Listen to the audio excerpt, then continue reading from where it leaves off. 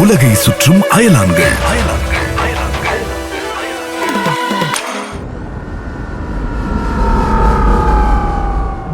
வாங்க, நாங்க தான் அயலான்கள். இந்த உலகத்தை சுத்தி பார்க்க வந்தவங்க. சுத்தி பார்க்க வந்தமா?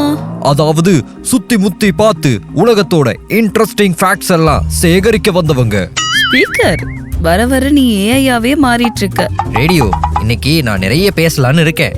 நம்ம இந்த மனிதர்களை பத்தின தரவுகள் நிறைய சேகரிச்சோம் இல்லையா, அதை இன்னைக்கு ரிவீல் பண்ணிடலாமா? பண்ணிடலாம் ஸ்பீக்கர். அதாவது மைக்ரோ கேமரா கிரகவாசிகளே, மனிதர்கள 1% வெறும் 4 மணி நேரம் மட்டுமே உறங்கி அடுத்த நாள் சரியா தங்களோட வேலைகளை செய்வாங்க. நீங்க நினைக்கிறது சரிதான். இவங்க எல்லாரும் தான் தங்களை தாங்களே பேட்மேன்னு சொல்லிட்டு ரூமஸ் கிளப்பி விட்டுட்டு ரூம்குள்ளேயே அடைஞ்சு கிடக்கிற ஆந்தைகள்.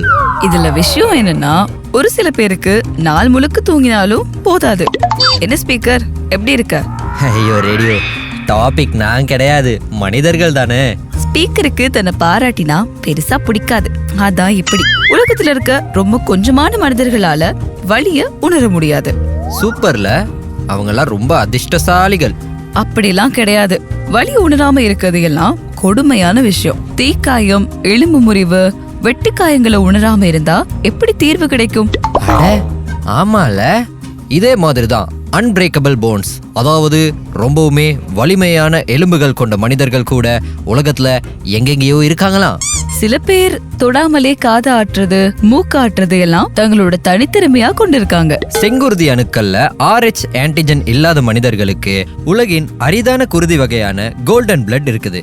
இத RH நல் அப்படின்னு சொல்லுவாங்க. உலகத்திலேயே 50க்கும் குறைவான மக்களுக்கு தான் இந்த பிளட் குரூப் இருக்கும். ஆரம்பத்துல நான் கூட அவங்கள லக்கி, ரொம்ப ரேரான பீஸு அப்படின்னு தான் நினைச்சேன். ஆனா இவங்களுக்கு ரத்தம் தேவைப்பட்டா என்ன ஆகும்னு யோசிச்சு பார்த்தேன். அரிதான உயிரா இருக்கிறதுல ஆபத்து தான் அதிகம்னு புரிஞ்சுக்கிட்டேன். 90s கிட்ஸின் வீர விளையாட்டான நாக்கால மூக்கு தொடுறது கூட ஒரு சிலரால செய்ய முடியும். ஏன், குறிப்பிட்ட மனிதர்களால நாக்கால தங்களோட முழங்கையை கூட தொட முடியும். ஏதோ சத்தம் கேட்கிற மாதிரி ஃபீல் ஆகுதே. மக்களும் தங்களால முடியுமான்னு முயற்சி செய்து பாக்குறாங்க போல. பண்ணட்டும். குறிப்பிட்ட சிலரால தங்களோட நாக்க பயன்படுத்தி ஸ்னாப்பிங் ஒலிய கூட ஏற்படுத்த முடியும். ஏய் ஸ்பீக்கர், எப்படி பண்ண நீ அத? அதுவா, நாக்க மேல் அன்னத்துல ஒட்ட வச்சு எடுத்தேன், அவ்வளவுதான். So simple radio. மைக்ல கேமரா கிரகவாசிகளே, நீங்களும் ட்ரை பண்ணி பாருங்க. இதெல்லாம் ஜாலியா இருக்கு.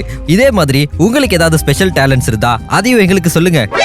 போட்டுக்கிட்டே இருப்பேன், நாக்கால சொடக்கு போட்டுக்கிட்டே இருப்பேன்.